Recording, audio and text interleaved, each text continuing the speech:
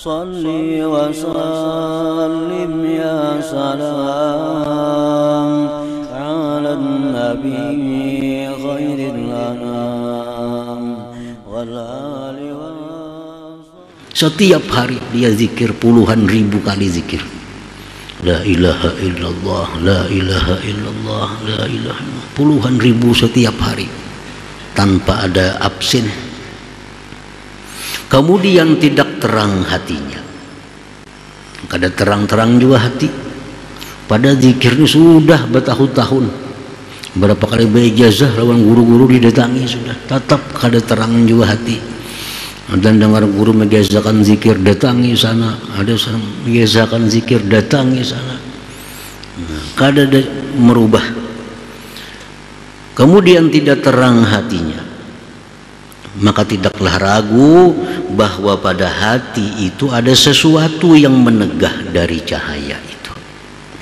Bukan Allah kada memberi, tapi hatinya ada yang mendinding sehingga kada sampai cahayanya itu ke dalam hatinya. Syai'un mani'un. Apa perkara-perkara yang bisa mencegah datangnya madad ilahi? Padahal sudah berzikir-zikir yang banyak, namun kita berzikir kada banyak, zikirnya asal zikir, imbahanu kada, kadang-kadang bila hendak zikir-zikir itu kada datang madad ilahi, artinya hati kada terang. Itu wajar saja, itu wajar saja. Berzikir paling 100 sehari, orang bertahlil juga umpan. Orang kada bertahlil kada berzikir kada.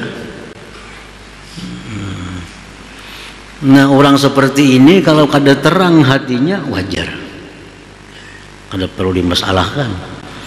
Yang jadi soal ini orang yang sudah puluhan ribu berzikir hari-hari dengan istiqamah, kada terang juga hatinya, tentu ada tegahan yang mencegahnya. Apa yang mencegah itu? Contohnya kal israr, seperti mengekali maksiat. Nah, mengekali maksiat barangkali itu ada. Bujurainya zikir banyak, tapi barangkali ada maksiat yang dikekalinya. Nah, ada maksiat. Maksiat itu walaupun kecil, tapi kalau dikekali jadi besar. Walaupun maksiat itu besar, tapi kalau tobat disesali jadi kecil, bahkan hilang. Israr itu artinya apa? Kita pernah memperbuat satu dosa, sampai sekarang kita belum tobat dari dosa itu, walaupun kita sudah berhenti melakukan dosa itu. Itu israr. Dulu pernah lagi masih muda, lagi umur masih 20 umpamanya, memakai gelang emas, memakai cincin emas, si laki-laki nih. Itu dahulu lagi muda, lagi masih anum. Sekarang umur sudah 50, sudah kada ada lagi nih tuh, sudah kada begelang emas gunil lagi, ampih sudah, tapi kada pernah disesali. Nah, kada pernah disesali tuh. Walaupun sekarang sudah berhenti, tapi kada pernah disesali. Itu israr, termasuk israr. Ini israr salah satu yang menyebabkan zikir itu kada tembus, kada tembus, kada membuahkan hati yang terang, kada mendatangkan madad ilahi tadi. Itu contohnya israr. Apalagi wal ghaflah, lalai. Bujur berzikir tapi hatinya kada. Nah, bujur berzikir la ilaha illallah sekian ribu, tapi hatinya lalai, kada umpat berzikir hati. Nah, apalagi misalnya ada waria, maginnya lagi ada riaknya, ada sumbungnya, ada dengkinya dalam hatinya, ada dendam kepada seseorang, wa ghairi dzalik minal mawani', dan selain itu daripada pencegah-pencegah hati terang tadi. Para muhibbin rahimakumullah. Fa'alaihi ayyatuba ila Allah Ta'ala at-taubatas shadiqah. Kalau demikian halnya, maka wajiblah atas dia itu untuk bertobat kepada Allah Ta'ala akan tobat yang benar. Nah, tobat taimun kayak itu. Mulai bahasa pulang. Mulai bahasa, tobat dulu. Nah, mulai pulang, mulai nol. Membujurakan yang di bawah dulu. Membujurakan pondasi. Nah, bang dibangunnya rabah tihangnya. Nah, jadi bujurakan pulang pondasinya. Karena tobat ini asasul amal. Tobat itu pondasinya amal. Jadi tobat dulu. Ada kezaliman yang pernah dilakukan, nah diselesaikan tuh. Karena ini yang sangat berpotensi untuk mencegah hati menjadi terang walaupun dengan zikir. Kita menzalim harta orang, selesaikan. Baik diganti, baik minta halal, baik kayak apa caranya. Kita menzalim pribadi orang, nah kita minta ampun, tobat. Munya ada orangnya kita cari, munya kada kita cari. Kayak apa cara supaya terlepas dari kezaliman. Nah, kalau sudah kezaliman itu selesai, kita biriskan daripada diri kita, tidak ada lagi ikatan diri kita kepada orang lain. Nah, sudah bersih diri, nah mulai aja berzikir lagi. Mulai aja zikir. Maka itu akan dijamin, akan terang hatinya. Para muhibbin rahimakumullah. Karena ibadah kepada Allah itu ada tertib. Ada tertib. Bila tertib ini disalahi, kada diterima. Tertib itu dijaga. Kalau kita misalnya berbuat satu kezaliman,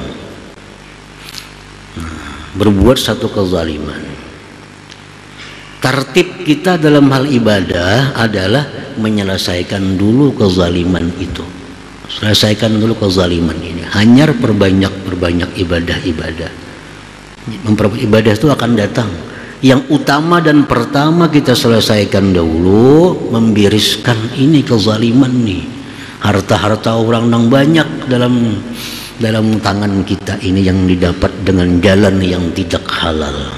Itu mesti diselesaikan. Bila itu kada selesai, ibadah lain kada bisa. Karena tertibnya memang demikian. Kita hendak sembahyang, tertibnya apa? Baudu dulu. Baudu. Kalau kita baudu langsung sembahyang, kada bakal jadi sembahyang. Kenapa? Menyalahi tertib, menyalahi susunannya. Dan wudu itu adalah bukan hanya sesuatu yang membersihkan zahir, tapi wudu itu berfungsi membersihkan batin daripada dosa. Secara zahir membersihkan muka, tangan, kaki, seperti itu zahirnya. Tapi pada batinnya wudu itu membersihkan dosa-dosa yang ada di tubuh ini. Nah, dalam hadis disebutkan bahwa bila kita berwudu misal membasuh muka, maka dosa-dosa kita yang di muka ini akan gugur seiring gugurnya air wudu itu. Kita basuh tangan, cuci tangan waktu berwudu, nah dosa-dosa di tangan akan luntur dengan air wudu itu. Jadi wudu itu membersih dosa. Sehingga dengan zahir yang bersih, batin yang bersih dari dosa, sembahyang jadi bagus. Nah, sembahyang jadi bagus. Coba kalau kita kada berwudu, kada akan diterima oleh Allah, karena tertibnya demikian. Tertibnya demikian. Jadi wudu itu berfungsi membersihkan zahir dan batin. Zahir batin bersih, sembahyangnya nah diperkenankan oleh Allah, diterima oleh Allah Subhanahu wa taala. Makanya dalam doa wudu itu apa? Allahumma ja'alni minat tawwabin. Jadikanlah hamba ya Allah termasuk orang-orang yang tobat, mutatahhirin, orang yang suci daripada segala macam yang kotor baik zahir maupun batin. Kalau kita berwudu misalnya, Kalau kita berbuat satu kemaksiatan, memandang yang haram, mengucap ucapan yang haram, secara zahir wudhu kita itu kada batal, kada masuk pembatal wudhu. Tapi secara hakiki daripada wudhu itu sudah batal. Wudhu sudah batal secara hakiki, karena diri kita sudah kotor dengan dosa itu, sudah kotor. Makanya para ulama ada yang berpendapat bahwa begitu kita menggibah seseorang, wudhu batal sama sekali lawan wudhu-wudhunya. Jadi berbuat maksiat setelah wudhu walaupun tidak membatalkan wudhu artinya sah di bawah salat, tapi secara hakiki wudhu sudah batal. Mesti tobat sekurang-kurangnya kepada Allah, hanyar atau baru dibawa sembahyang, supaya sembahyang itu menjadi diterima oleh Allah Subhanahu wa ta'ala. Jadi orang yang memperbanyak ibadah-ibadah sunnah termasuk zikir, ini tartibnya sesudah menyelesaikan yang fardu. Nah, yang fardu apa? Kalau kita ada punya sesuatu kesalahan kepada orang, baik harta atau pribadi atau yang lainnya, kefarduan kita yang pertama sebelum yang sunat-sunat ini adalah menyelesaikan yang fardu ini. Nah, makanya kalau kita berzikir yang fardu ini kada diselesaikan, zikir kita kada akan membuahkan hati yang terang. Nah, jadi tobat dulu kepada Allah, tobat dulu, bawa berzikir kena, nah hati akan terang. Jadi ada tartibnya. Satu contoh misalnya, ujar raja kepada pelayannya, wahai pelayanku, kamu hari ini saya beri tugas 3 macam. Jam 7 kamu kesini bawa buah-buahan, jam 10 bawa roti, jam 1 makan siang. Datang pembantu jam 7 membawa nasi untuk makan siang. Jelas raja kada menerima. Oh, yang lain ini yang dimaksud. Aku minta besokan ini pagi ini buah-buahan, jam 10 roti, ini nasi untuk jam 1. Nah, tertibnya demikian. Nah, demikian dalam agama kita, dalam ibadah kita ada tertib-tertib ibadah, sehingga amal itu menjadi berfungsi keseluruhannya, menjadi berfungsi. Atau contoh yang mudah ringan, kita berwudu contohnya. Begitu kita berwudu masuk masjid, ini ada 2 tuntutan. 1 sembahyang tahiyatul masjid, 2 sembahyang sunat wudu. Yang mana kita kerjakan antara 2 sunat nih? Kita berwudu menuntut sembahyang sunat wudu, kita masuk masjid menuntut sembahyang sunat tahiyatul masjid. Ini ada tertibnya. Nah, tertibnya menyatakan bahwa yang diutamakan dulu adalah tahiyatul masjid. Tahiyatul masjid. Hanyar yang itu sunat wudu. Kalau kita laksanakan sunat wudu berdahulu, gugur tahiyatul masjid, kada boleh lagi, kada sah lagi artinya melaksanakan, karena sudah gugur dengan sunat wudu itu. Itu tertib ibadah. Nah, zikir sunat, memperbanyak baca Quran sunat, tapi yang fardu berupa kezaliman ini masih kita biarkan dalam diri kita, nah itu Allah kada akan melayani kita, kada akan memberikan apa-apa kepada ibadah yang kita lakukan itu. Nah, para muhibbin rahimakumullah, jadi kalau sudah kita mulai berzikir kepada Allah tapi belum ada perubahan-perubahan membawa ke arah kebaikan hati, kebersihan hati, nah kita susul kembali, cari kembali, barangkali kita belum beres perkara-perkara yang sebelumnya itu, belum beres.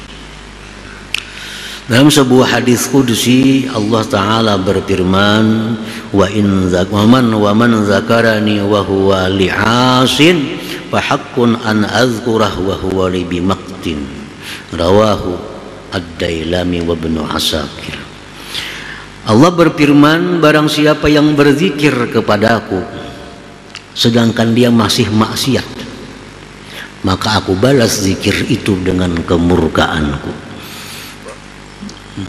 Berzikir kepada Allah tapi saling banyakkan kezaliman yang belum diselesaikan, yang mestinya segera diselesaikan. Masih banyak harta-harta yang tidak halal di rumah disimpan. Zikir puluhan ribu sehari, kada ada manfaatnya, bahkan dimurkai oleh Allah. Kenapa? Karena tugas dia bukan berzikir itu, tugas dia mengembalikan itu harta-harta yang tidak halal kepada pemilik yang sebenarnya siapa. Itu kewajibannya, bukan memperbanyak zikir. Nah, dalam hadis lain, hadis qudsi yang lain, auhallah ila Daud alaihi salam anna man zakarani zakartuh wa anna zalim idza zakarani la'antuh, rawahu Ahmad bizuhd. Wahai Daud, ujar Tuhan, siapa yang berzikir kepadaku, aku balas zikirnya. Dan bahwa orang yang zalim, apabila dia berzikir kepadaku, la'antuhu, aku melaknat dia, aku laknat dia. Nah, jadi artinya apa? Selesaikan dulu kezaliman itu, selesaikan. Ada hutang sembahyang lawan Tuhan, bayari sembahyang fardu dulu, kada usah berzikir banyak. 10.000 berzikir sembahyang saling banyak kan keadaan yang belum dibayar, kada usah dulu berzikir banyak, bayari keadaan itu. Keadaan sembahyang itu bayari, lebih utama daripada memperbanyak zikir ini. Masih banyak hutang kepada Allah Subhanahu wa ta'ala. Nah, jadi itu mungkin penyebabnya kita kada terasa, kada merasakan apa zikir ini pina kada ada apa-apanya. Kada mendatangkan ketenangan, kada mendatangkan cahaya, kada mendatangkan madad ilahi, mungkin tadi sebabnya itu. Nah, ada tertib ibadah yang dilanggar. Ada tertib ibadah yang dilanggar.